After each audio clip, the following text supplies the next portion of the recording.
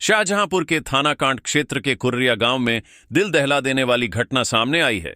ससुर ने कुल्हाड़ी से हमला कर अपनी बहू सुमित्रा की गला काटकर हत्या कर दी। घटना के पीछे अवैध संबंधों के शक की चर्चा है। वारदात के बाद आरोपी ससुर राजपाल ने गांव से दूर आम के बाग में पेड़ से लटक कर आत्महत्या कर ली। महिला का पति ट्रक ड्राइवर है और अधिकतर घर से बाहर रहता है। सूचना पर पहुंची पुलिस और फोरेंसिक टीम ने मौके से साक्ष्य जुटाए हैं। पुलिस ने दोनों शवों को पोस्टमार्टम के लिए भेजकर जांच शुरू कर दी है। थानाकांड के एक गांव में रात्रि में किसी टाइम एक 70 वर्षीय व्यक्ति ने अपनी बहू की हत्या कर दी है कुल्हाड़ी से। अभी तक की पड़ताल में कुछ पारिवारिक विवाद सामने आ रहे हैं। शीघ्र ही इसका खुलासा किया जाएगा।